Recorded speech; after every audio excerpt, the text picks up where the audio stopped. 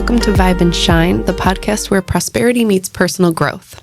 I'm Krista. I support mamas with ADHD in clearing the mental clutter, focusing on what truly matters, ditching the guilt and shame, and learning to work with their brains rather than against them.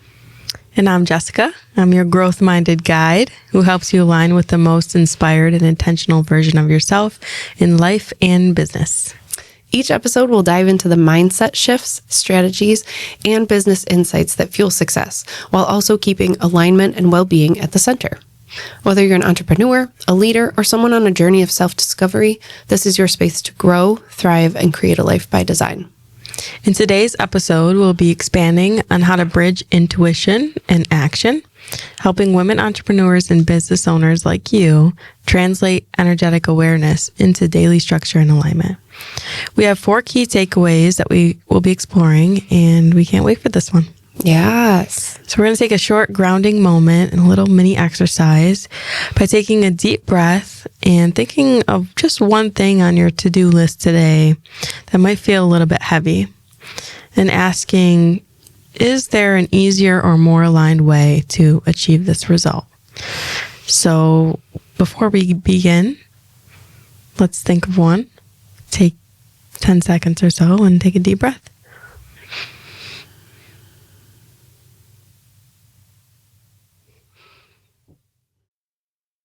Awesome. It was hard to pick just one. Sometimes it is. So for segment 1, what alignment really means. We're going to discuss how to reframe alignment as a structure that supports your feminine flow.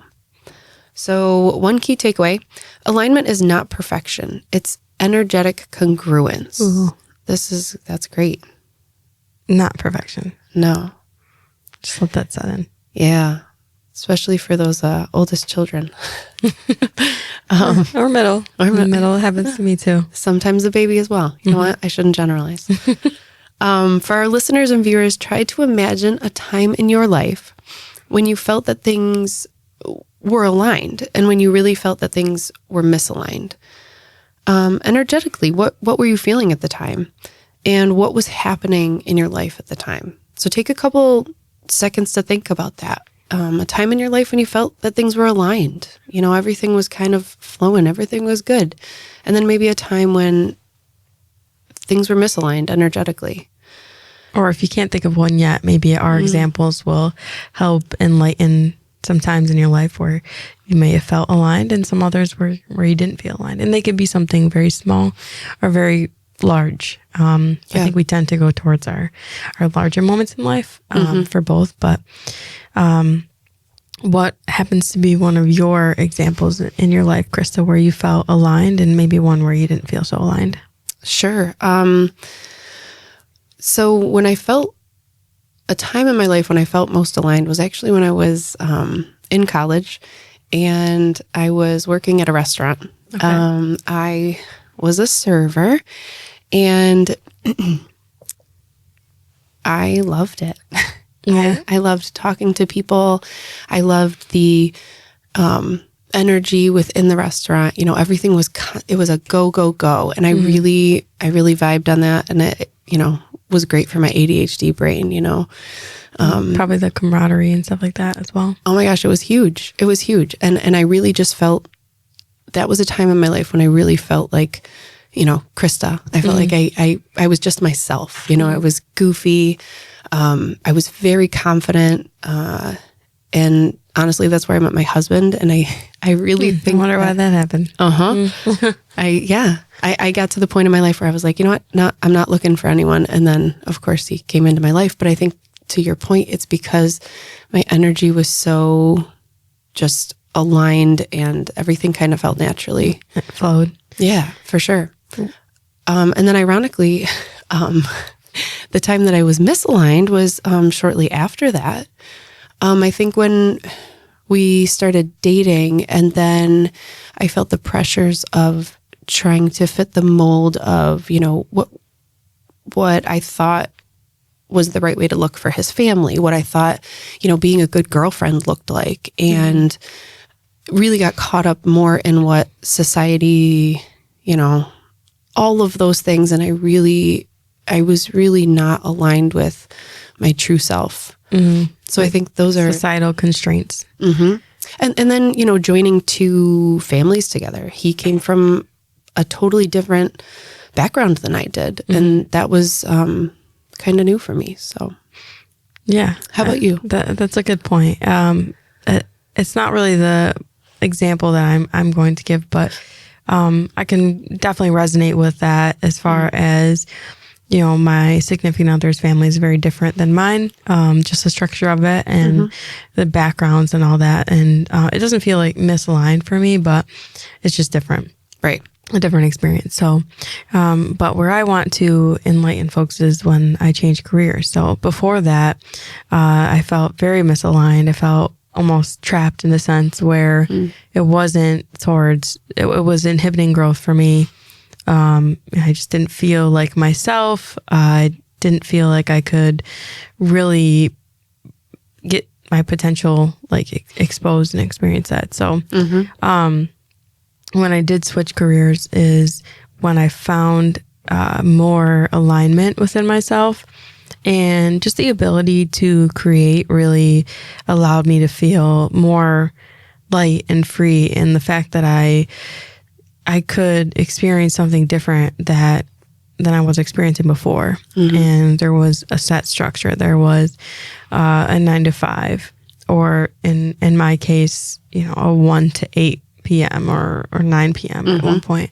And so there was much of a difference when I switched to being able to create my own schedule and doing things that felt more connected to my soul's purpose journey. So that's my example in how I felt more aligned in one aspect and completely misaligned. And the misalignment stuck around for so long because it was family. And so it's society says this is what you're supposed to do. But if you allow yourself to break out and do other things with your life that feel more aligned, you're going to feel happier. You're going to feel more free and more connected to what you're supposed to be doing. Yeah. So a question is, when you shifted the career change, did you feel aligned in other aspects of your life as well? Then? Yeah, I did. Because of the career that I shifted into, there's a ton of uncertainty, right? But I decided that if I was going to leave something that was stable and I was comfortable with and I knew very well, that I would have to put 100%, if not more, into something that I knew nothing about and had no structure and all of this stuff. So I had to learn all of these things. And so at one point, it was broken before it was built. And so that's where the transition period kind of tested me.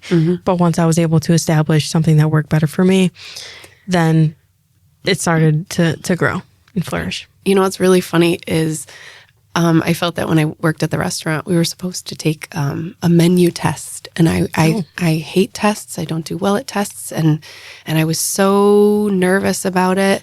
And I hadn't really ever served. I failed the first time, and I took it again and I passed.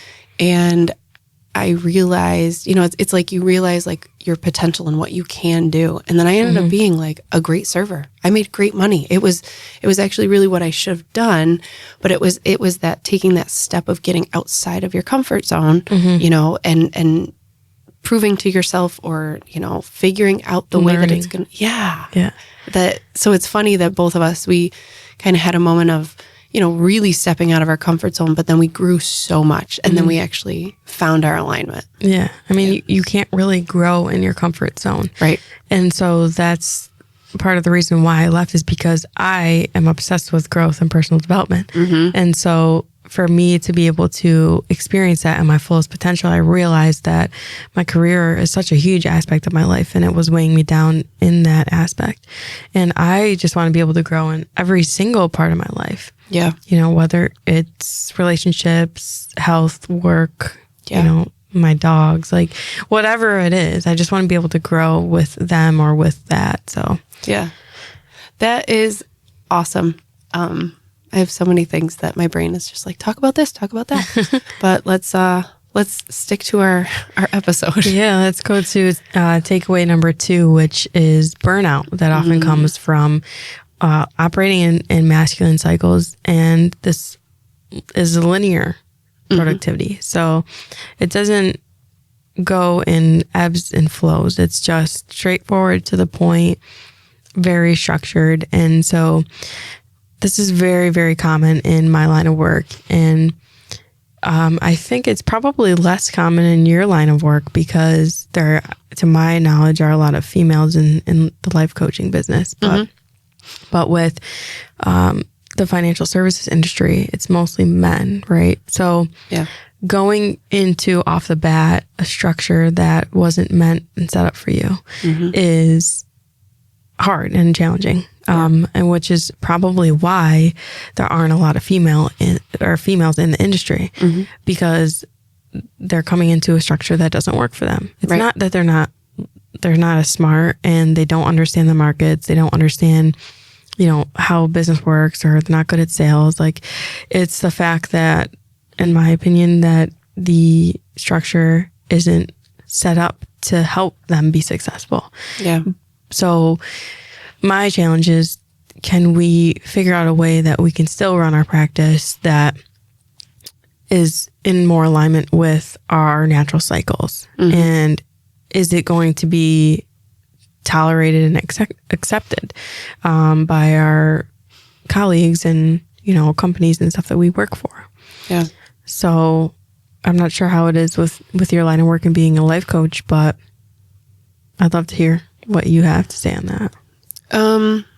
So in regards to masculine ways of doing things, I think when I first started out with my business, I felt that I needed to follow the rules of everybody else as to how to set up a business, what that looked like, what I should be doing. And what I've learned in the process is, to your point, it's not linear. For me, it has been more of learning and growing myself rather than necessarily like the company and the brand and how that works. That will come when I am aligned with myself. But it took me a long time to actually realize that. So, yeah, that's important. And I like, and I've always been an advocate for it too. Like, I want to be able to experience what it is that I need to learn. Right. Like, it's very hard for me to conceptualize something if I've never been able to do it before. So I'd rather be out there doing it and kind of getting feedback for myself that way. Like, let me try something and see if it works. Or, let me learn about this topic. So now I know more about that, and it's a conversation starter. I've just been so into growth on my own that it's just naturally progressed my business. And so they're two very similar things in a sense. But they don't have to be, one thing before the other. Right. Or in order. It's just, it can be however it presents itself to you at that point in time of your life. Right. So yeah, let's talk about key takeaway number 3. The difference between forcing and flowing. Let's talk about forcing decisions. The energetic state is really in that frame of scarcity, control, contraction. And think about it. When you're forcing a decision, it's usually coming from the mind's urgency rather than the body's truth. It feels like you're pushing energy up a hill, and the effort is heavy, and the results, while achievable, they often feel misaligned or short-lived. And I feel this so much in the example that I gave you, starting the business, do it this way. It should look like very masculine. Yes. And then there wasn't really, how does it feel? That question never really presented itself until I got to the place of realizing that it did. It felt forced. It felt very constricting. And it's also someone else's framework. Exactly. Right? It's not your framework. So yes. And that's really what I've also learned as I've switched from working with just, all women, any women moms to more of the ADHD moms, because as neurodivergent, we live in a neurotypical world. And so awareness around that and how my brain works. And, that's really important. And it's the same with this forcing versus flowing. Yeah. Did you ever think that you could have a business that is catered directly towards the niche of moms that struggle with ADHD? Like, was that your life goal? No. It's funny how things work out, right? But you feel inclined to help people with that because you are a mom and have ADHD, and you're able to learn more for yourself, and you're learning to help others. Yeah. And that's such a huge thing to point out for our viewers and listeners, because once you have that innate passion that you can just take on and grow from yourself, but also help other people, business becomes easy.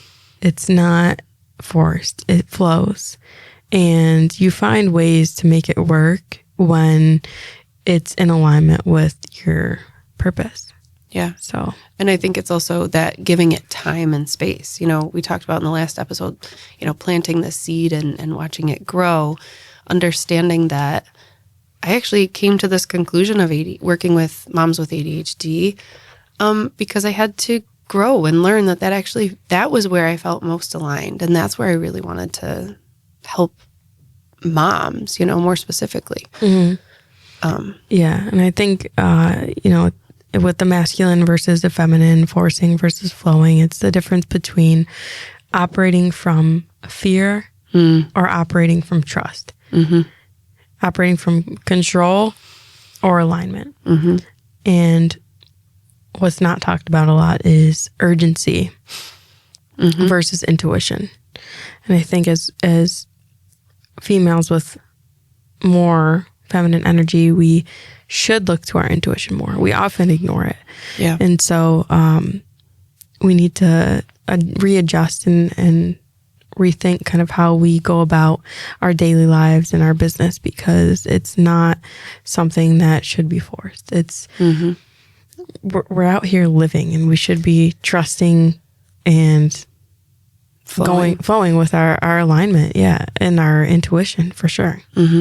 So it's hard when it's something that you've learned to kind of suppress in your life. I think as women, we've learned to ignore it. Exactly. And so now, as we get older, we're like, wait, what is this thing? What is this nagging thing that is actually kind of leading me towards what I actually want? It's like you're almost like fighting it, but you should be listening to it. And so kind of a rule of thumb that I've implemented for myself is that if something keeps coming up and my intuition says to do it, right?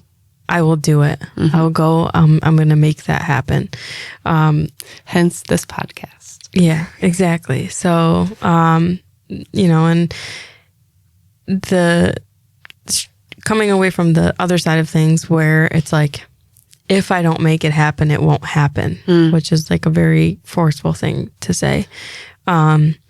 But when it's in line with your intuition, that becomes way easier for you. And just, I don't even know how to explain it. Like, it's just like natural. Carefree almost. Yeah. Like natural. It is a feeling that is hard to put a name or like adjectives on, because it's not something that has logic, right?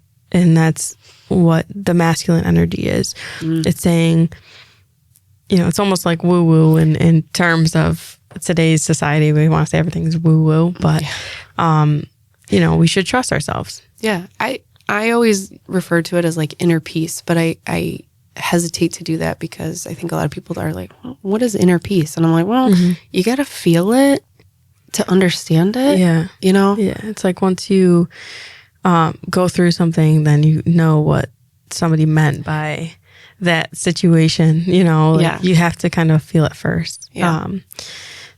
But let's move on towards how forcing shows up in our businesses. And we've already talked about pressure and how choices are made under urgency because you either have a fear of missing out or you feel like you should do something or have to do something. Everyone else is launching a new product right now. I got to go do that too. Yeah. Or, everyone else is posting right now. I need to go do that too. Yeah. Something similar to that. The next thing we'll talk about is rushing timelines. And this is acting before the idea or offer feels ready and ignoring your inner pacing. And so this concept comes up a lot for me when I deal with clients that, might not be ready to make a move. But they need the help. They need the service. They want to do it, but they're not ready.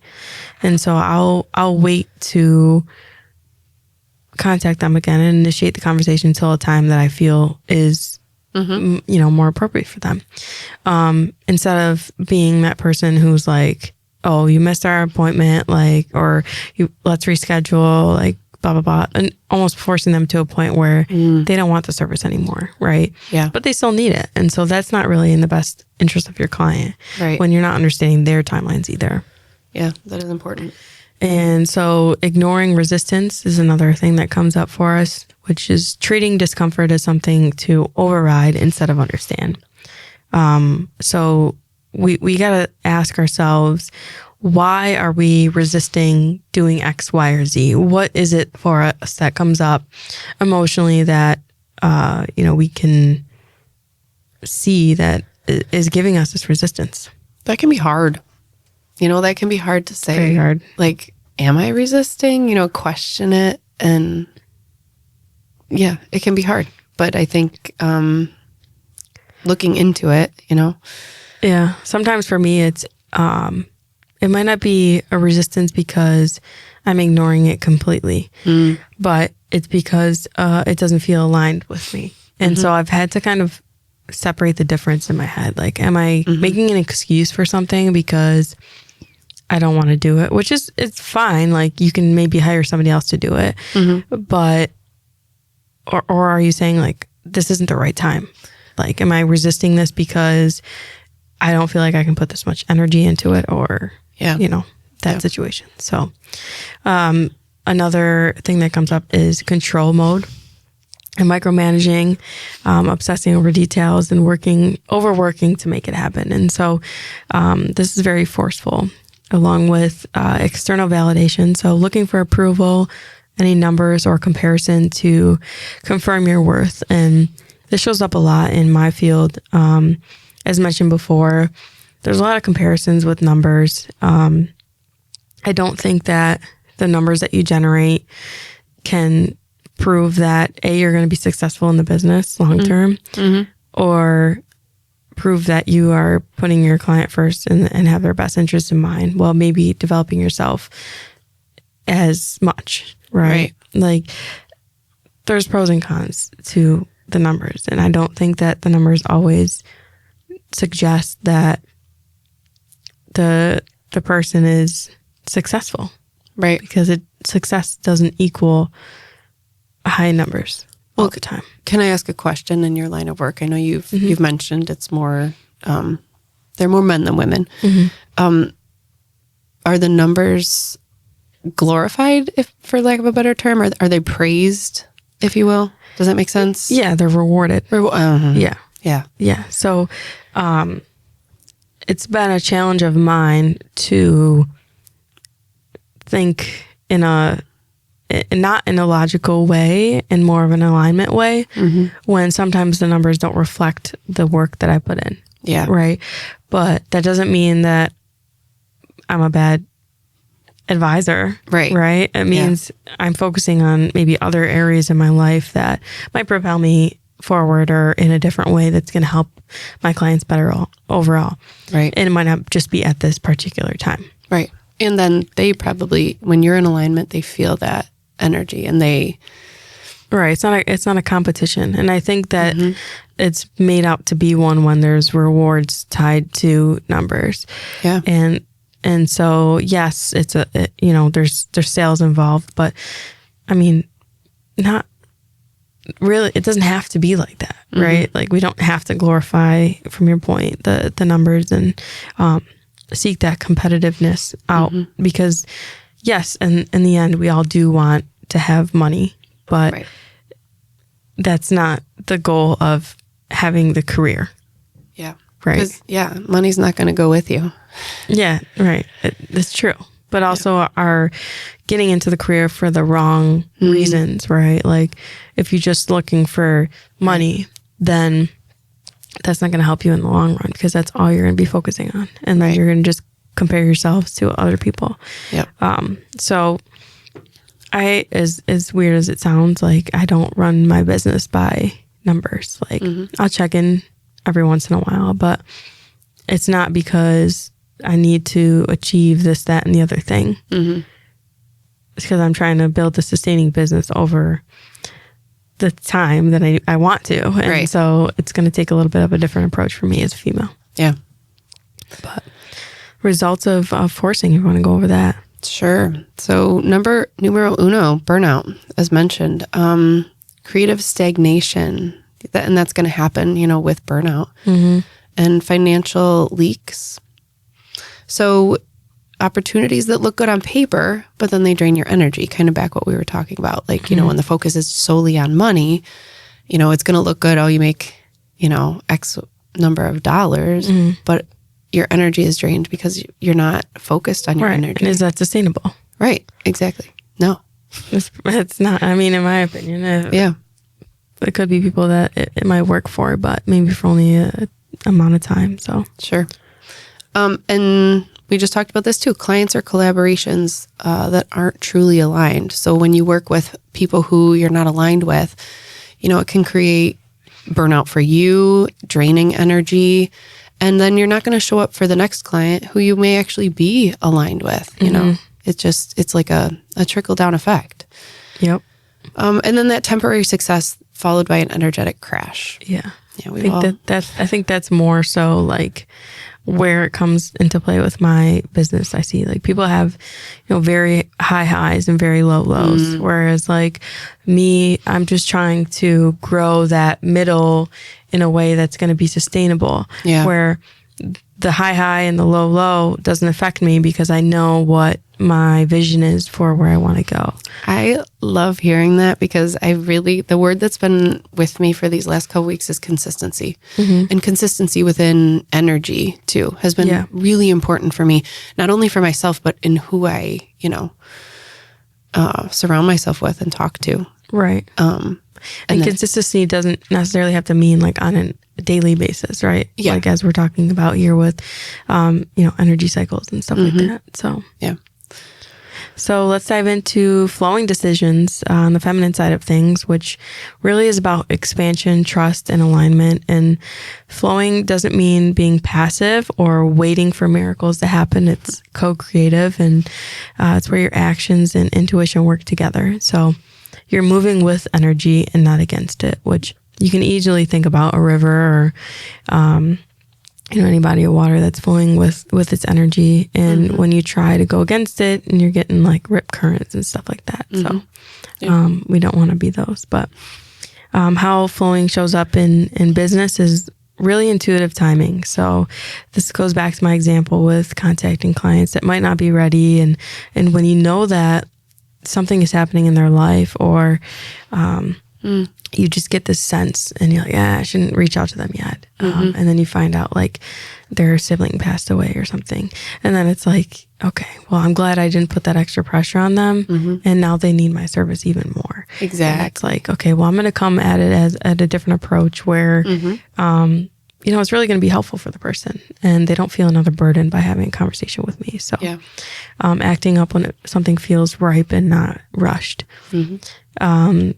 And the emotional awareness that comes from having a flowing state is making space for how something feels in your body. Not so much in your mind, but in your body.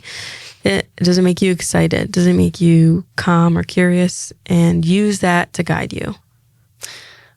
Yeah, I love this. I think to the point too that we've talked about, it's hard. I think emotional awareness is a new up and coming word and thing that's happening not only for us but in the schools too, which I'm grateful for my kids.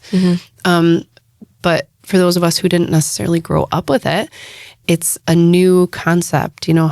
How does it feel in my body? Well, what does that even mean? But then you think about it, and you think about those times when you are in alignment, and you think about how you feel, going back to those kind of as a guide, to really understand it. It's almost like a high, but not in a damaging way. Like you feel just so good. Yeah. Yes. So we need to cater our actions towards what makes us feel that way. And so there is an element of ease. And when you feel at ease, then that's when synchronicity starts to happen. So for sure, doors tend to open and opportunities come to you. Connections feel really aligned. And from there, you just feel like you're supported by the universe and everybody around you. And you really don't care what else happens because you know that you have a steady base. Yeah. And so it kind of goes to the next point of rooted confidence, right? You have that confidence, you're rooted in it, grounded in it. And you can trust that taking a moment to yourself to slow down, or multiple moments, you won't lose momentum. Yeah. And you're going to actually create more momentum because you're giving yourself that time to rest. And this is something I've had to learn very much so over the past year and a half. And I'm still learning how to do it, but in a way that doesn't feel guilty or shameful. Yeah.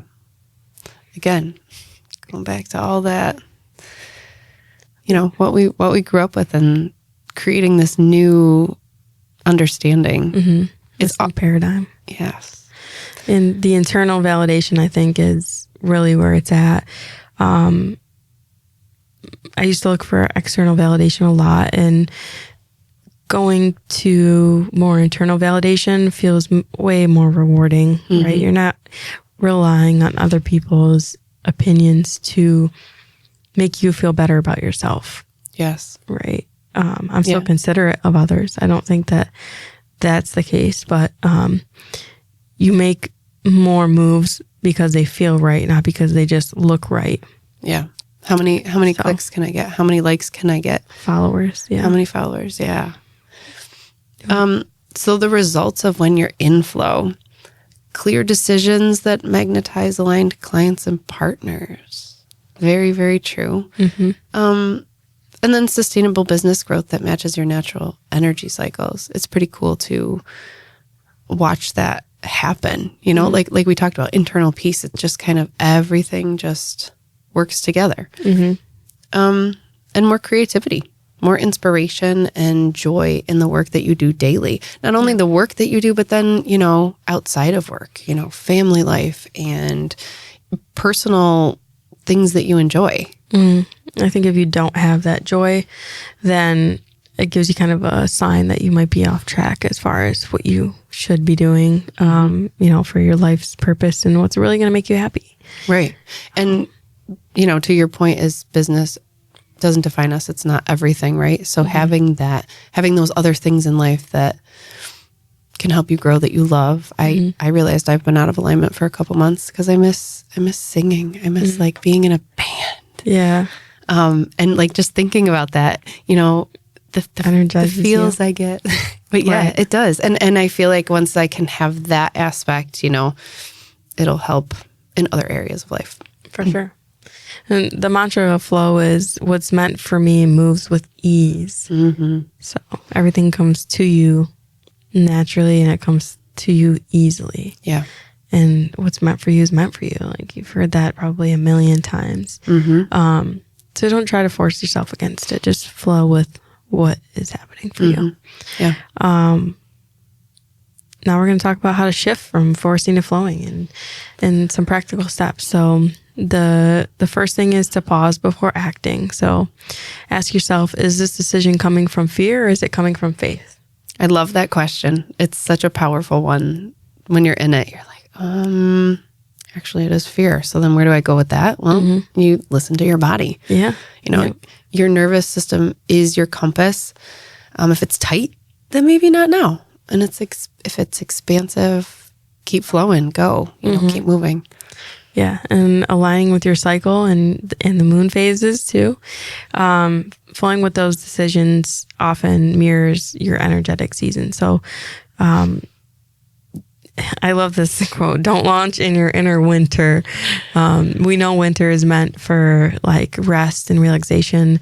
The hibernation analogy that we can give is very pertinent to this conversation, right? Mm-hmm. We know that, a bear is expected to hibernate for months at a time, and it needs to gather, all this food and resources. So that way it has a restful and productive rest time. Mm-hmm. And that doesn't mean that it's going out and hunting, or in this case, launching while it's resting. It's really resting and taking that time for itself, so that we can perform and enjoy its seasons where it is very energetically aligned with what's happening in the universe. Yeah. So I can't wait to hibernate this winter. Yeah, I'm excited too, not gonna lie. So that's part of why I love New York, even though I do want to experience other states, but because we have that time to actually rest, and there's not guilt around it. It's like, oh, it's winter. Like most people aren't doing too much outside, and they're not, going places and stuff like that. So that's a great point too. So also reframing productivity. Action taken from alignment is 10 times more effective than busy work done from panic. Ouch. Yeah, it's so true too. Like, I don't even know how to explain that for my business, because there's a lot of panic things that happen, right? Like a client urgently calls you and someone hacked their account. Like, that has nothing to do with you, right? You did your work and you got them set up and whatever. And then all of a sudden, like, some cyber person hacked their account. And it's like, oh, shoot, well, I have to go take care of that right now. And that creates panic in them and you. And,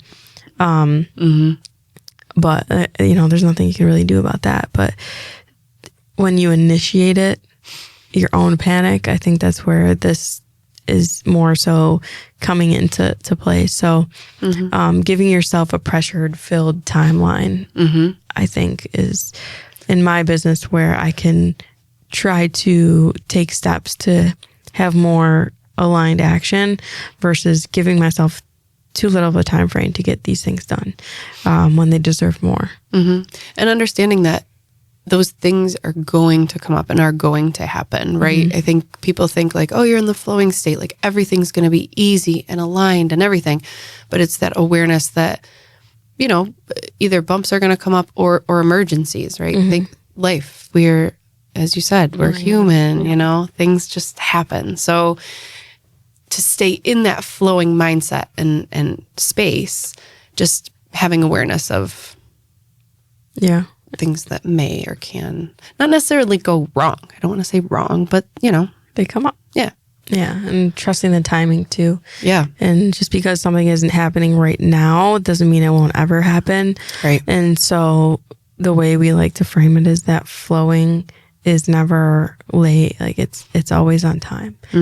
So now we'll take a look at key takeaway number 4, the energetic audit. And we're going to view energetic management and time management and kind of compare the two. So we really want to start from a place of awareness here that there is another way to operate, and it might be more fluid and in line with how we naturally move than what society tells us. So the old paradigm, time management, I would love for you to explore that a little bit with our audience and go through some of the frameworks with that paradigm. So, in the traditional business world, that teaches us that success equals productivity, and it's measured by how much we can fit into our calendar. And I think, I keep adding this in, but I think not only in business, but also in, family life, it's like, how much can we pack in to our schedules, So it's all about those schedules, right? It's all about looking and staying busy and having those deadlines, the to-do lists, multitasking. How many, I know I'll speak from the mom's perspective, looking on social media and stuff. Well, how many things did that mom get done? How how can she multitask?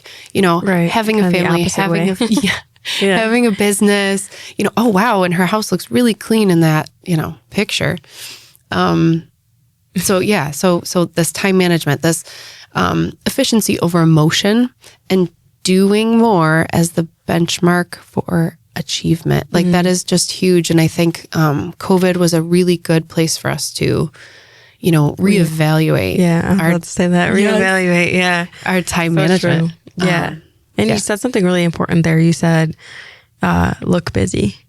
Like our schedules allow us to make us look busy. But are you actually doing all of those things that you might put into your schedule? I know that when I tried to like forge my schedule to appease somebody or have in the past that I don't stick to it. Like it doesn't, some of those things, either the time gets shifted in the day, so I don't have time to do that, or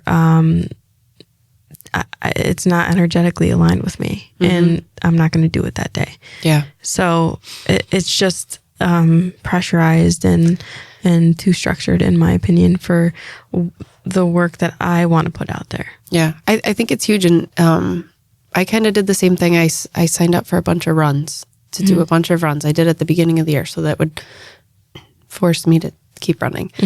And the last couple that I've had, we've just had other things going on. And my husband says, oh, why aren't you going to that? And I'm like, because I don't want to be rushing anymore. And it's okay. Like that was a growing moment for me. Yeah, I spent money on it. Yeah, I could run, but I made the choice to not, overpack my schedule. Right. And that model works really well in the masculine structure, which is linear, goal-oriented, and consistent. Yeah, the goal-oriented part really hits home. Similarly to what we had mentioned before with the, statistics you want to reach in the company to get the rewards and all of that. But if the goal is to hit the target, right? That's a completely separate goal than to help the client. You know what I mean? Like yes, you can merge them together to say that because I helped the client, I had X, Y, or Z, money that came from it, right. or met this goal and had this reward. But I don't think it's like limited to that. So my husband loves to ask me, well, what's your goal? And I love that question because like you're saying, it could be twofold, but go deeper. Go deeper. Yeah. Yeah. For me, like I'm not a goal person. Like I have visions and I tried to align myself with the vision instead of taking goals as stepping stones to say, okay, well, this is going to get me here. Yeah. Because it usually doesn't go according to plan. No. And when you try to put those constraints on your goals and limit yourself by saying that you have to reach them in order to get the outcome that you want, you're putting yourself at a disadvantage already because you're tying yourself and your energy to the outcome. And so, but you haven't necessarily had the vision there from the beginning. So for me, I like to kind of go backwards and I like to visualize and take into consideration what I would like to experience with this particular person. Or, what kind of relationship can we build to where it's mutually beneficial? Right. Or, in whatever way that looks like. It doesn't have to be monetary. Exactly. It could be a friendship. It could be, our kids will play together one day. Whatever that looks like. So, yeah. I going back to what you said about have to, that's something I like to work with clients and even like friends and family. I have to do this. And I make sure to say, do you have to? Or how can you like reframe that? How can you look at that in a different way? Exactly. Or if you're saying you have to, is that aligned? Like look at it again to say, yeah, actually, I really don't want to. I'm putting that pressure on myself. But we know that feminine energy on the other side of things is very cyclical and it fluctuates and renews. And so we try to manage our time without honoring our energy often. And so we disconnect from our most powerful guidance system, which really is our intuition. And so I love this quote, and I probably should repeat it twice, but you can't schedule alignment. You can only create space for it. And I don't know how that feels with you, but it's so true to me. Like, I don't think a lot of people have the awareness of the two concepts coming together. And this quote really demonstrates that for me. Very much so. Yeah, that's great. That's also going on my cork board. It's a big cork board.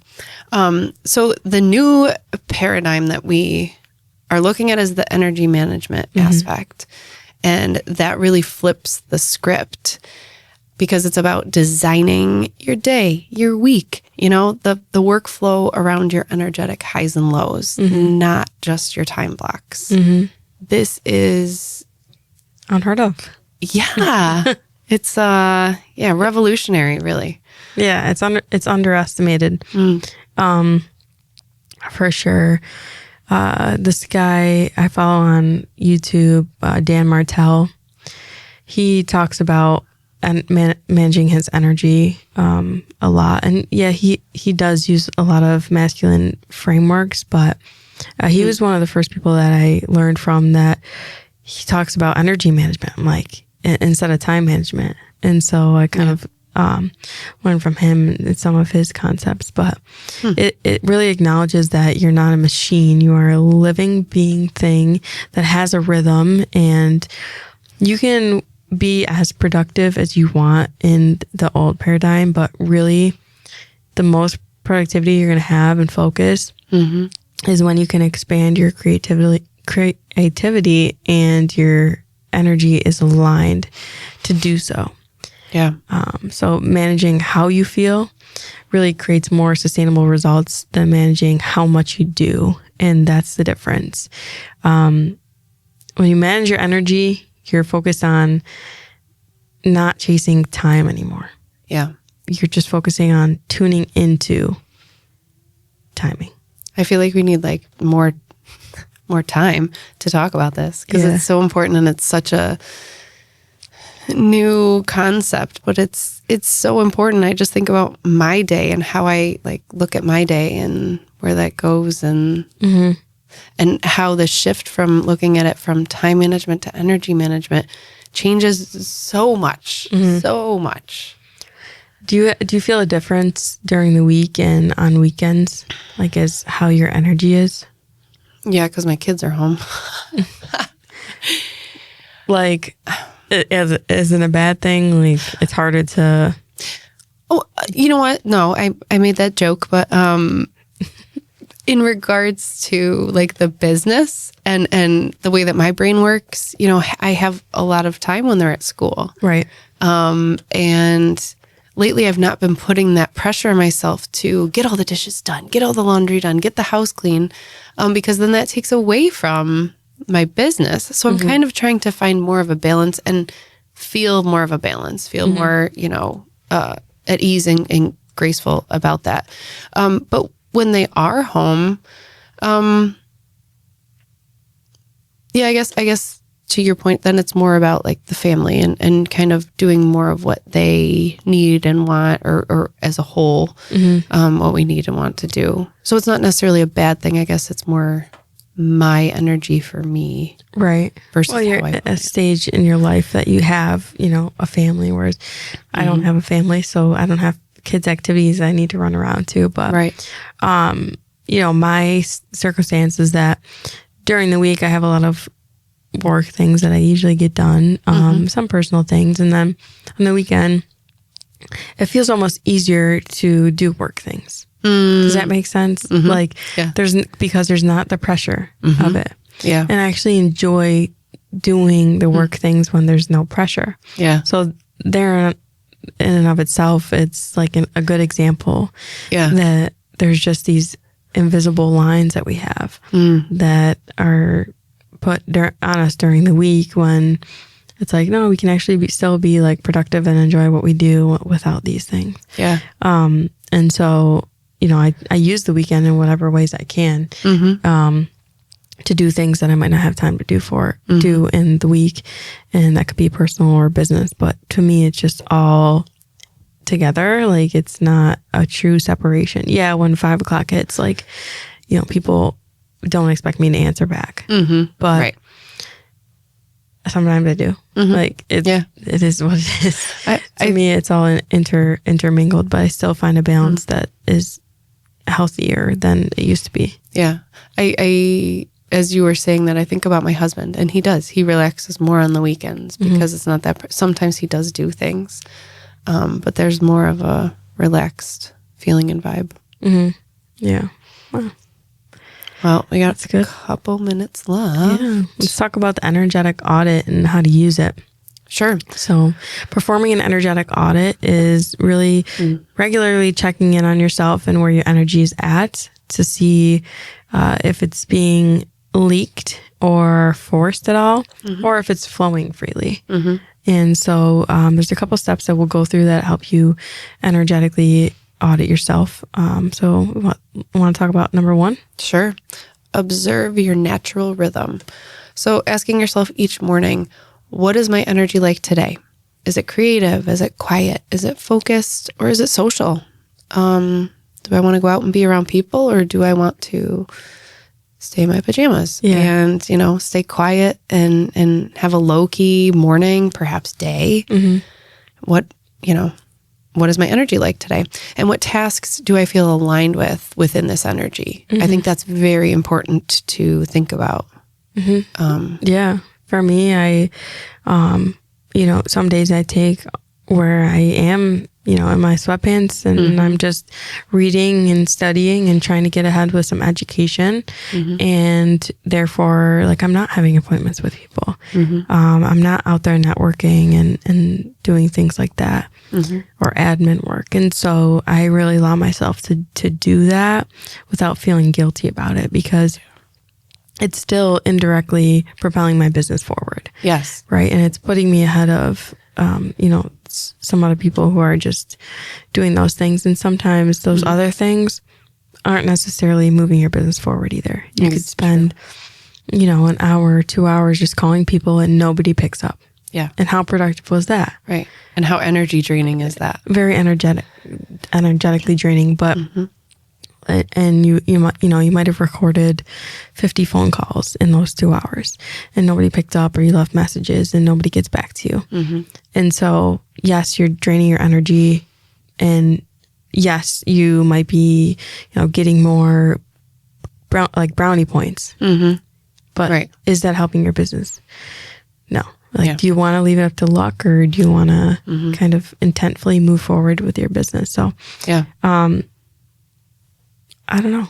That's just my take on it as far as how I think about things in my business. But matching your energetic state with your ideal activities, talking about high energy states and vibrant states. We want to be out there creating, being visible, having sales calls, doing meetings, networking, all that kind of stuff. But the moderate steady state is more of an admin, writing, follow-up structure. And the low or reflective is kind of what we just talked about, but planning, journaling, reflecting, resting, and having time to read, study in my case, those are when I have a little bit lower energy. That's fine, but they're all helpful for, your business moving forward. Yeah. So let's talk next about step 2, identifying energy leaks. These are the areas where you're consistently feeling drained or anxious. I'm internally laughing because at about 3:50 is when I start to feel anxious and drained, because the kids my 2 little ones get home at 4. But other examples of this are tasks that you should do but don't enjoy.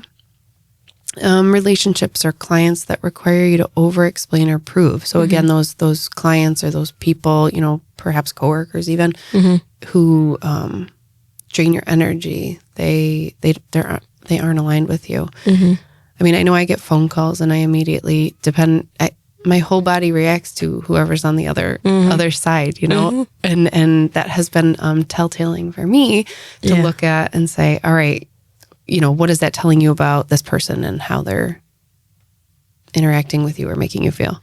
Right. Overscheduling with no buffer space. This is super important. I find myself doing it, out of just sheer, I need to do all these things, right? It like justifying almost the bad behavior or justifying the behavior of overscheduling. These things must get done. They have to get done. It's okay if, they're back to back to back to back. So a quick audit prompt. What am I giving energy to that doesn't give energy back? Eek. Love that. Yeah. Eye-opening. Yeah. Think about that one. Yeah. And when you patch those leaks, you instantly reclaim your power and time. So, like you're saying, there's things in your life that you don't want to give your energy to anymore. And therefore, you're going to get some energy back by removing those people or situations from your life. And that's super important. Yeah. Or the kids are always going to get off the bus at 4:00, right? So it's at 3:50, kind of putting down the tasks that I'm either doing or something that I'm doing and really prepare mentally and physically, get the snacks out, preparing for them so that my energy can be given to them in a constructive way. And that in turn allows me to maintain that energy rather than, constantly looking at it as they get off the bus at 4:00. Like, dreading it. Yeah. Yeah, because you don't want to dread it. It's like they're your kids, your little offspring that you love so much and you want to see. You've missed them all day. They've missed you, right? You want to hear about their day. You want to be in a good, energetic state for them. And present. Like that's something that I think we as parents struggle with, is just being present for our kids. And I think by looking at these energy leaks and looking at your energy as a whole is so important to staying present, kids, family, Yeah, absolutely. And we can take it a step further by sharing some alignment business tasks to your feminine cycle. And so each phase of your cycle brings a different energetic focus, as we mentioned in the last episode. And you'll see the chart here. And for our listeners, you'll be able to go and look in the footnotes for our chart. But this is where you replace your time blocking with energy mapping. And it's a schedule based off of rhythm. So it's still a schedule. It's still a container, right? So we have some sort of direction, but it supports your natural flow.